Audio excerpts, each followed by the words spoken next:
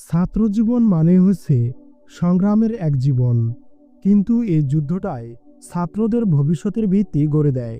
আজ একজন ছাত্র হয়ে তুমি যে কষ্টটা করে যাচ্ছ, সেই কষ্টই আগামীকাল তোমার জন্য সফলতার এক নতুন পথ তৈরি করে দিবে। অনেক সময় দেখা যায় পড়াশোনায় কোনো মন বসে না, মাঝে মধ্যে ব্যর্থতা চলে আসে, এমনকি আত্মবিশ্বাসও হারিয়ে যায়। কিন্তু তুমি মনে রাখবে, হার না মানাই হচ্ছে আসল জীবন।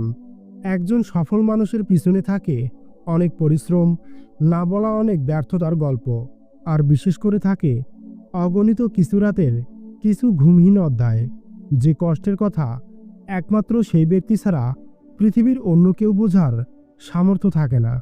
যদি তুমি এখন কঠোর পরিশ্রম করতে পারো, ভবিষ্যৎ তোমাকেই সবার উদাহরণ হিসাবে সে দেখাবে। মনে রাখো, পর্বতকে কখনোই ভাঙা যায় না, ঠিক অন্যদিকে এক লাফে কিংবা তাড়াহুড়া করে তার সর্বোচ্চ চূড়া জয় করা মোটেও সহজ কাজ নয়। কিন্তু যদি এক ধাপ করে এগিয়ে যাওয়া যায়, তাহলে একদিন না একদিন সেই পর্বতের চূড়ায় অবশ্যই পৌঁছানো সম্ভব হয়। এই উদাহরণটাকে দেওয়ার একটাই মাত্র কারণ, আর তা হলো, যদি তুমি তোমার লক্ষ্যকে স্থির করে কঠোর পরিশ্রম, অধ্যবসায় এবং ধৈর্য সহকারে সামনের দিকে এগিয়ে যাও, তবে তোমার সফলতা নিশ্চিত। তুমি তোমার স্বপ্নকে সবসময় বড় করে দেখবে। তোমার ঠিক আশেপাশেই মানুষরূপী কিছু বন্ধু থাকবে, যারা তোমাকে সবসময় বলবে এটা তুমি পারবে না। আবার কেউ বা বলবে তুমি শুধু সময় নষ্ট করছো।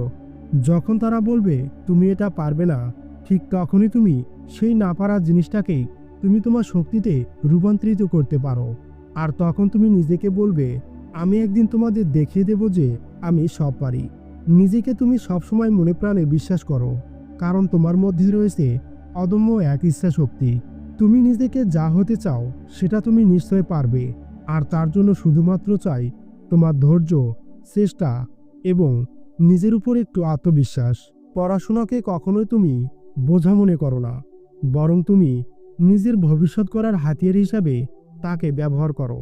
প্রতিদিন তুমি যদি নিজেকে একটু করে শিখে নাও, একসময় বিশাল ভাণ্ডারের জ্ঞান অর্জন করবে। তোমার পক্ষে অসম্ভব কিছুই নয়, এ কথা মনে রেখো। আর একটা কথা তুমি সবসময় মনে রাখবে, শিক্ষা শুধু নম্বর পাওয়ার জন্য নয়, এটা তোমার জীবনের নানা দৃষ্টিভঙ্গি গড়ে তুলবে। তোমার সময় আছে, শক্তি আছে, আছে স্বপ্ন, তাহলে তোমার পিছিয়ে থাকার কোনো কারণে নেই। আজ একটু তুমি বেশি করে পড়ো, একটু বেশি করে জানো, একটু বেশি করে তুমি তোমার জন্য না হয় চেষ্টাটাও করলে।